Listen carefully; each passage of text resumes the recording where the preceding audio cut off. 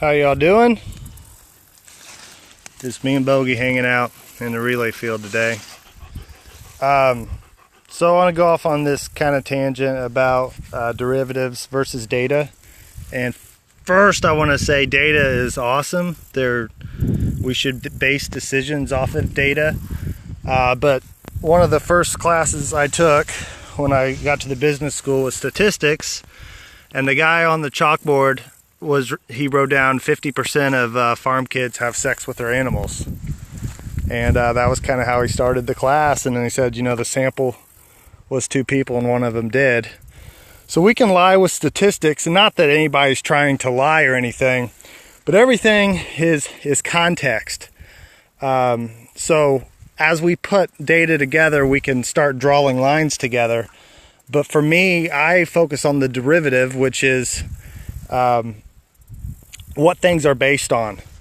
And what I'm trying to do out here is to capture as much sun as possible and try to put a system together that is full of inverse angles, and we're trying to build some soil health.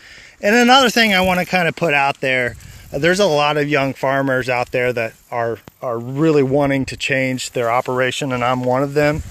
But we only have the power to do so much, and I have a little bit more power that I lost my father. I do a lot of the agronomy on our farm, but we still have to work with my grandpa, and he's pretty old school, so I have to prove the methods to be able to scale it up. And that's a very good thing. You know, if you have all these ideas and you go out and you buy this equipment, or if you try to scale it up and you don't really know what you're doing, you can really get yourself in a pickle.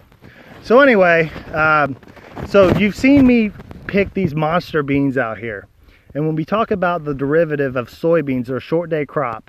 So they sense the shorter days. Now we can manipulate that with the genetics that we plant. So we're at a group 4 beans, we'll kind of fight them shorter days longer.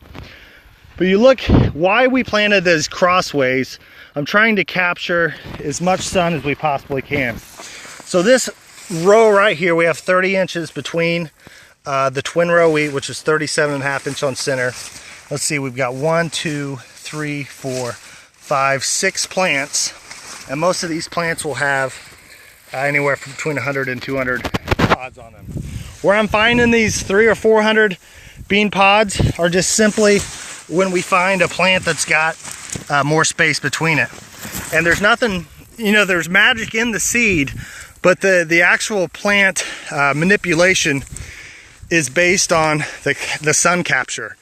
And it's really funny to come out here on these different maturity beans. And these greener beans are simply beans that have newer leaves because they have space on them. So it's pretty easy to find these beans that have 400 pods on them, because their plant health increases with that.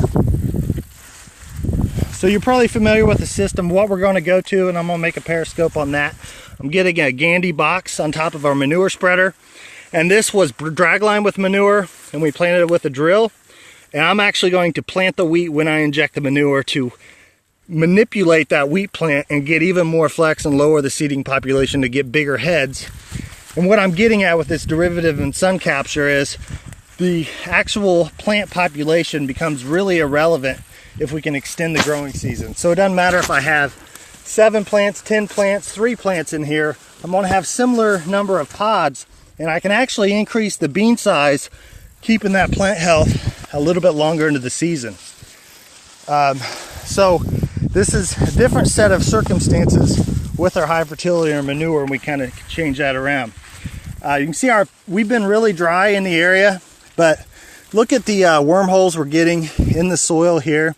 When I opened this up, there were several worms down in here, and there is a monster locked in here that kind of crawled away from me. See if I can find him here. It'll be pretty interesting.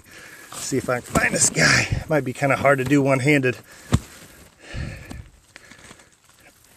But when I say huge, he's huge. There's his little head sticking out.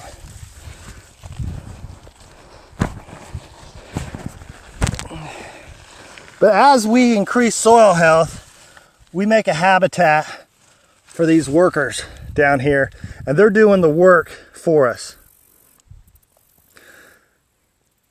You know, you cannot replace that with tillage.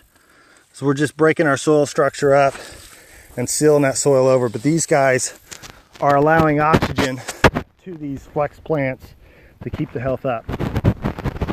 So anyway, that's my little tangent. You know, I don't get shaken up by criticism. I love criticism because sometimes it's really justified, and that's fine.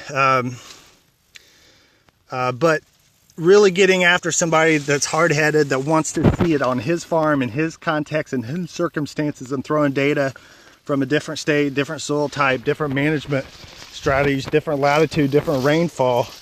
You know, there's some value to that, but really, if you want to learn something, just do things on your farm, and you're going to learn a lot seeing these little variables and how things play out as you will. But done a lot of walking down here. You can see we're starting to mesh these plants down, but you can see how these plants are flexing. But anyway, thanks for watching.